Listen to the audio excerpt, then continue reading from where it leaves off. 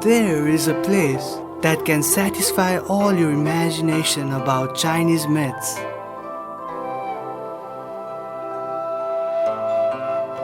I am not the first foreigner to explore Chofeng Mountain. It is said that 1500 years ago, Bodhidharma came across the sea to China to meet Emperor Wu of the Liang dynasty. While passing by Chofeng Mountain, he was attracted by the verdant hills here. Since then, the dusk drums and morning bells at Chofengcheng Temple have been lingering between the cliffs for 1500 years, while Bodhidharma has become the master of Chen in many Chinese martial arts novels. This trip to Jinxi was also my first time to personally experience the traditional Chinese culture while I was studying in China. 3,000 years ago, the king of ancient Kumi country led millions of people to move from the south to the north and settle down at Chofeng Mountain. From that on, the princess of Kumi sacrificed herself for the people and became the beauty peak, serving as a spiritual guide for the prosperity of villagers for generations. If the myths of Chofeng Mountain represent the brilliant wisdom of human beings in the long-standing Chinese nation, then the 10,000-year-old Sangsang culture proves the gloriousness of Jinxi.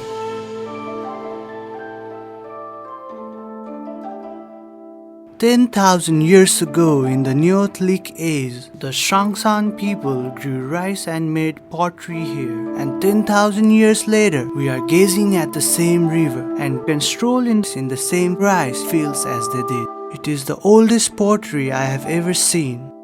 The pottery, named Big Mouth Pot, was glued together and collected in a museum.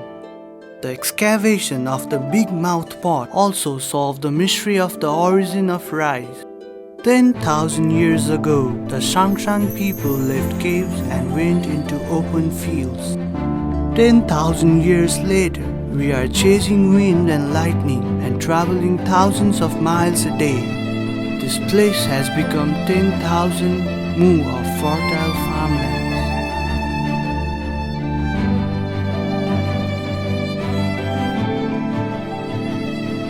The red of the sunset glow was transformed into the beauty of pottery by the ingenious Sangsang people, passing down to the world. Our ancestors told us what history is through relics and heritage, while the Jinhua people's respect for and trust in history told us what is inheritance.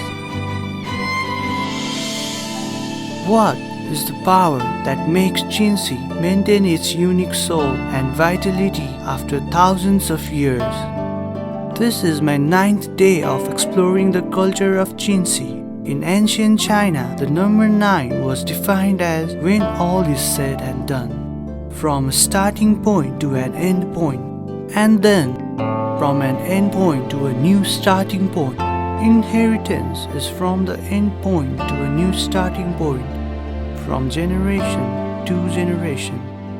In the old houses of the Ming and Qing dynasties, I had a conversation with the ancient Jinhua. The villagers told me that as long as you keep family precepts in mind, your family would prosper for generations to come. The weather-beaten Jinhua house is telling me that the land may have borders but knowledge is boundless, and an encyclopedic mind lies in persistence and diligence day in and day out.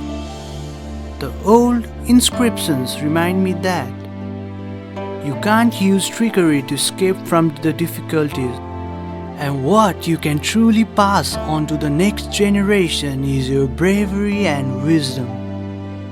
If the inheritance of family precept is a kind of ritual training, then the ancient and exquisite art of tile carving would be the most precious gift left by the long-standing history of Jinhua.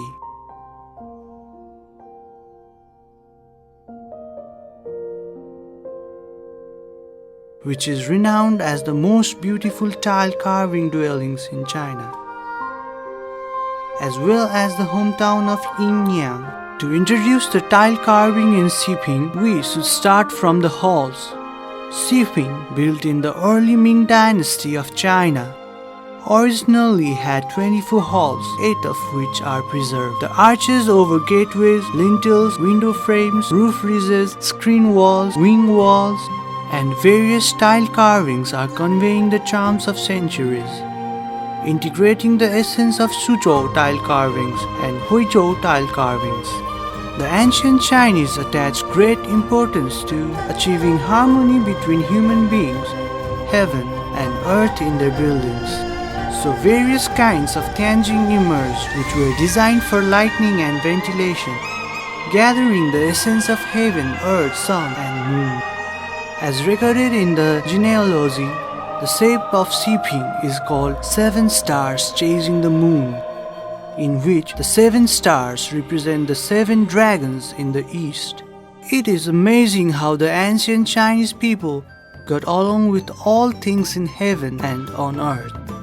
Many people say that the buildings in Xiping were constructed over time, while the delicious food in Jinxi is a combination of customs and elegance.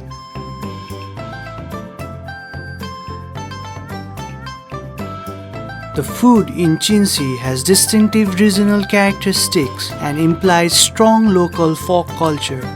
Various kinds of food contain the local people's persistence and love for their hometowns and customs. The Chinese people are good at using food to shorten their distance from their homelands. So, the family culture is an important source for the birth of Jinxi food.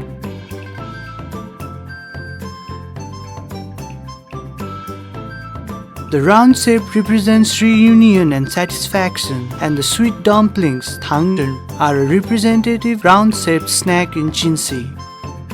And the taste of home is just the warmth mixed with softness and firmness when you bite into it.